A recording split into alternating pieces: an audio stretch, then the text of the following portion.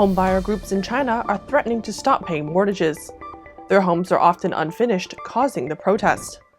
The US Consul General in Hong Kong gave his farewell remarks on July 11th. He criticized Beijing's national security law and mourned Hong Kong's lost freedoms. China has the strongest censorship in the world, and users have avoided it by using homonyms and other wordplay. Now, the Chinese Communist Party is banning those too. US Strato Technologies has discovered that the Chinese Communist Party is thieving technology from a top US lab. They have targeted 1,700 different technologies and coerced 2 researchers to join China. Finally, Shanghai is preparing for another lockdown. Mass panic ensued and store shelves were quickly bare. Let's get into it.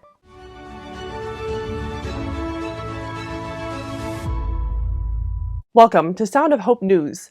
My name is Daniela Wolensack, and today is July 14th. Homebuyer groups across China wrote to local regulators and banks that they will stop repaying mortgages. It's to protest unfinished developments, local media reported. These groups represented nearly 50,000 unhappy buyers. Foreign media reports suggest that China's economic woes may soon turn into social unrest. The most recent call for collective loan suspensions was by homeowners in Jingdezhen, Jiangxi Province. Homeowners in more than 3 other Chinese cities followed suit. The homebuyers indicated that banks did not grant loans evenly. They had failed to provide proper financial supervision and even modified contracts without permission. Homeowner Mr. Qing told the media that many owners have no houses to live in. In addition to paying their mortgages, they also must pay for their children's tuition and other expenses.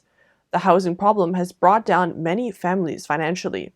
The director of the think tank Center of E-House Research Institute, Yue Jinyan, said that the owners' demands were clear. Some builders announced that they were resuming construction, but people were displeased to find that that was just for show and not real work. Mr. Yan also said that the pre-sale funds in the industry were not clear. The homeowners' purchase funds do not go into actual constructions. He implied that the banks are responsible for the problems. The Taiwanese media, Liberty Times, speculated that the rural bank issue in Henan had something to do with real estate. Many banks used to lend money to new constructions. Now the housing market is not doing well, and chances of recovering the loans are slim. Almost all banks in China today are facing the same problems. The US Consul General in Hong Kong, Hanscom Smith, gave his farewell remarks on Monday, July 11th. He described how changing elections so that only screened patriots can run the city has undermined Hong Kong's future. He urged Beijing to loosen political controls over Hong Kong because it has broken international agreements, ruined the will of citizens, and threatened its economy. The former British colony of Hong Kong returned to Chinese rule in 1997. At the same time, it was promised a high degree of autonomy and freedom of speech until 2047.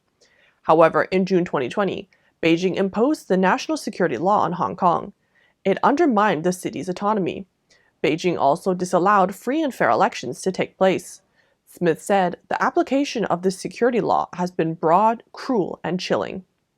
Its vague definitions have fostered fear and coercion and dented the city's strong rule of law traditions. Many people criticize that authorities are using the national security law to stifle dissent.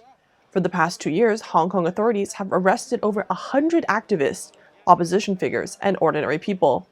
They must face criminal penalties merely for peaceful assembly, posting individual opinions on Facebook, hanging a poster outside an apartment, or even writing children's books. The erosion of democracy and the rule of law has also destabilized Hong Kong's business environment.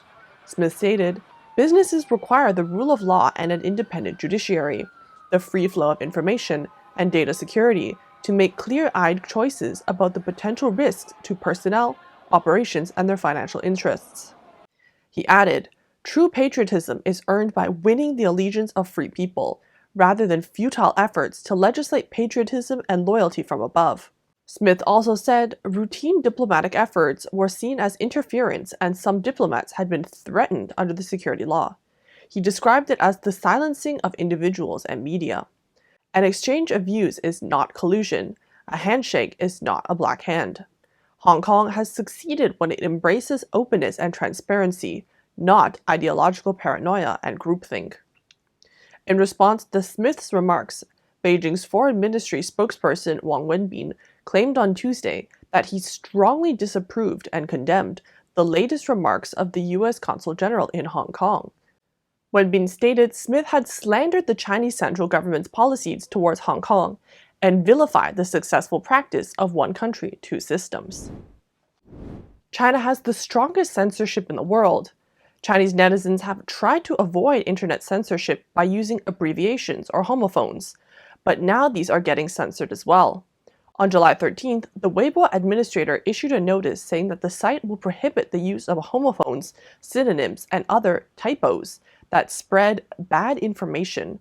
They will investigate these trends and welcome whistleblowing. As soon as the news came out, it immediately topped the hot search on Weibo. Chinese netizens objected to the change, stating, "Who wouldn't want to type normally? This is censored, that is censored too, so everyone must find a way." And "We are one step closer to North Korea." Another netizen said they were just capital thugs to shut up the mouths of ordinary people. Some netizens questioned whether the move was related to the controversy among fans of Chinese stars. But no matter what the reason is, censorship is increasing in China.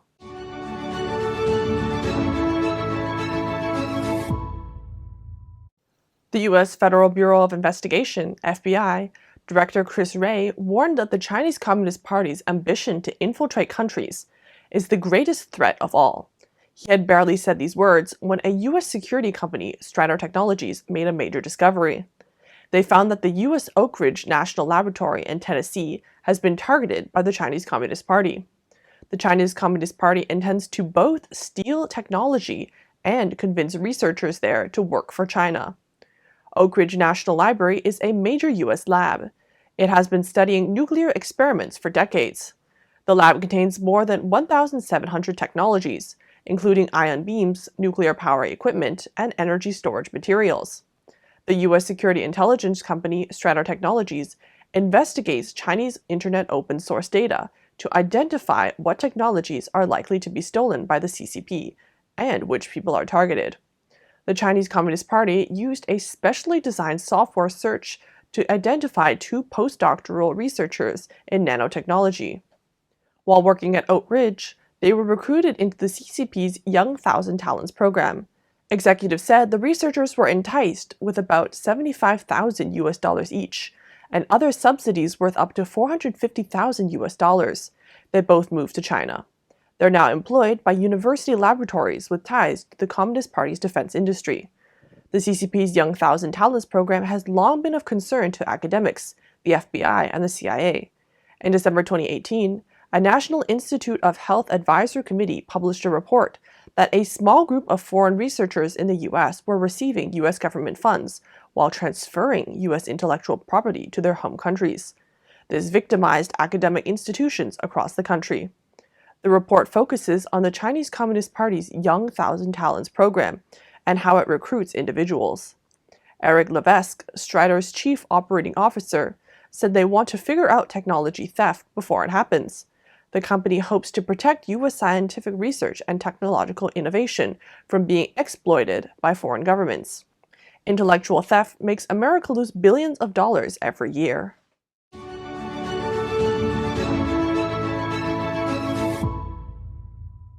On July 11th, two Shanghai neighborhood committees advised residents to store 14 days' worth of supplies. It went viral on the internet. People in Shanghai have already been on totalitarian lockdowns for 3 months. They panicked when they heard the news. Did it mean that a new round of lockdowns is coming? On the 12th, the Health Times reported that the Xinhu Pro-City Residential Committee staff in Putuo District, Shanghai, confirmed the notice and wanted to raise the public's awareness of epidemic prevention. China Digital Times reported that there are currently 234 medium and high-risk areas in Shanghai, and they are growing. Under such circumstances, it makes sense for the two Shanghai neighborhood committees to prepare their citizens for the next 14 days.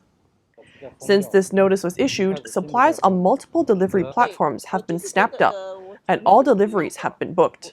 It clearly shows how unstable the mood of Shanghai residents is.